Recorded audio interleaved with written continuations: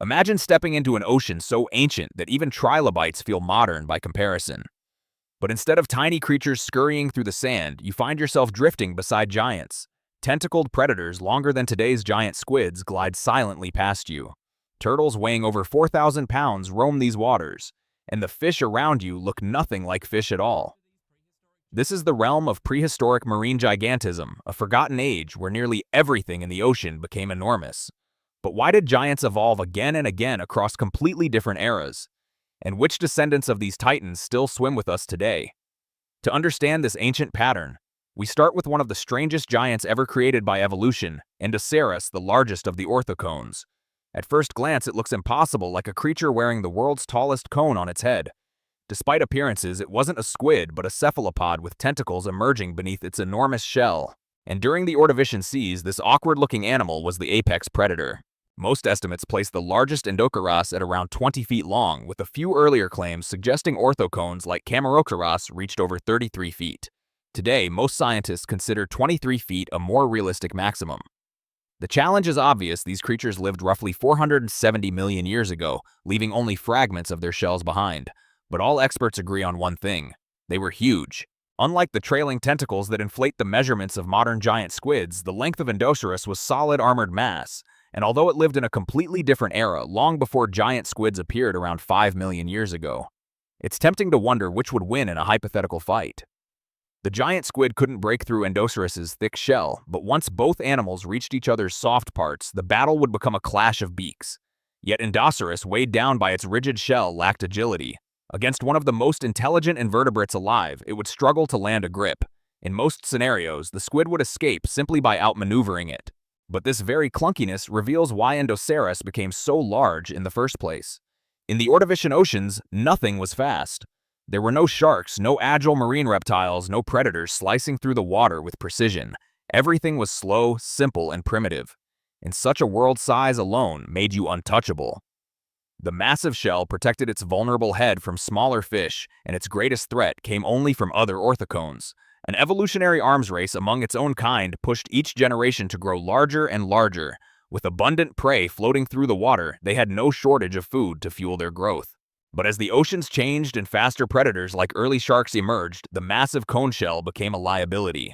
What once made Endoceras invincible turned it into an easy target.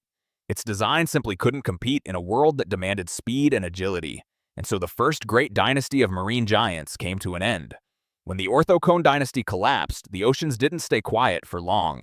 Something had to claim the vacant throne, and that role fell to the Eurypterids, the largest scorpions ever to exist. Following the same marine gigantism pattern, they grew to sizes that seem unreal today. The biggest of them, Cephalopods, stretched over 8 feet long, easily larger than most humans.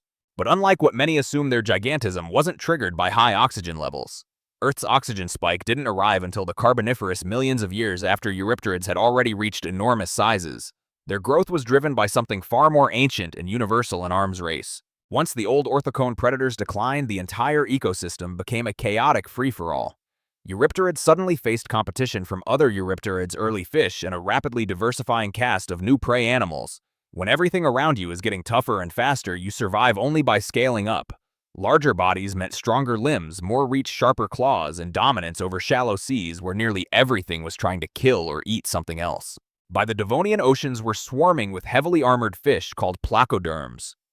Evolution kept upgrading their plates, jaws, and defenses, and in response, predators had to upgrade too. Out of this escalating battle, one of the most fearsome marine giants in history evolved: Dunkleosteus. The largest individuals likely reached 20 to 30 feet long, with a skull like a fortress of interlocking armor. Fish evolved armor. Predators evolved jaws powerful enough to crush that armor. Then fish evolved even thicker armor, forcing predators to become even more massive.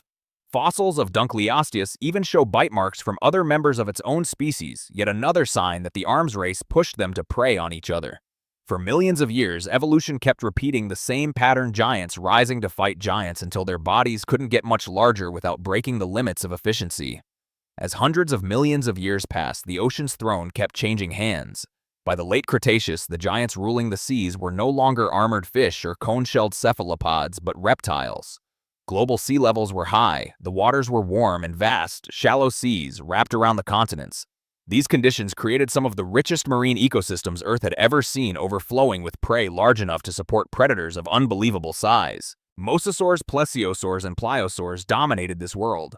With so much life teeming in the water, any predator that wanted to survive had to match the scale of its competition. Oxygen levels weren't significantly higher than today. These animals weren't giants because of the atmosphere. They were giants because the ocean itself had become a battleground of monsters. Even the peaceful creatures of this era weren't spared from the size race.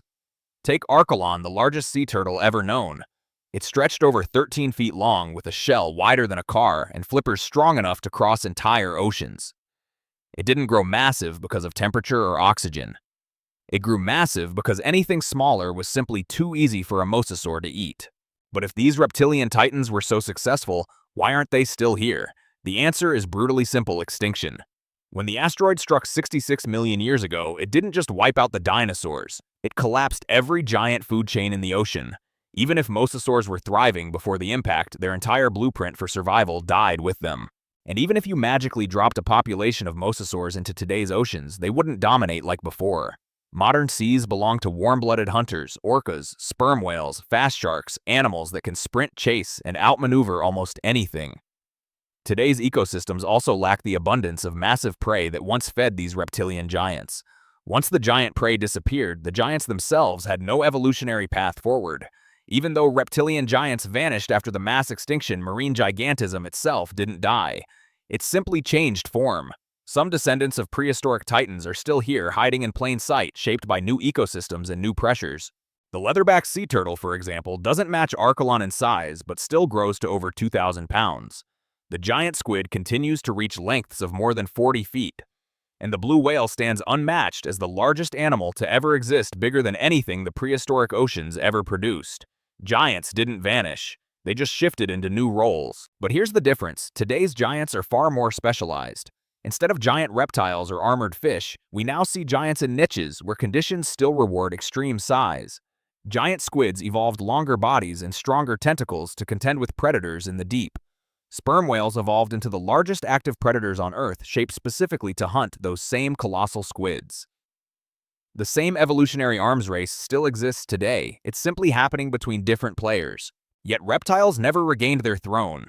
Modern oceans are colder, leaner, and far more competitive. There are fewer giant prey animals to fuel reptilian gigantism, and warm-blooded predators dominate the fast-paced, energy-intensive world of modern marine hunting. Without enormous prey and without warm-blooded efficiencies, reptile gigantism collapsed and never re-evolved. Still, the patterns from the past haven't vanished. Giants rise when ecosystems reward them. They disappear when conditions shift. And if another global extinction event reshaped the oceans entirely, new giants creatures we can't even imagine could evolve to fill the empty space. Across 500 million years, the oceans have rewritten the story of gigantism again and again.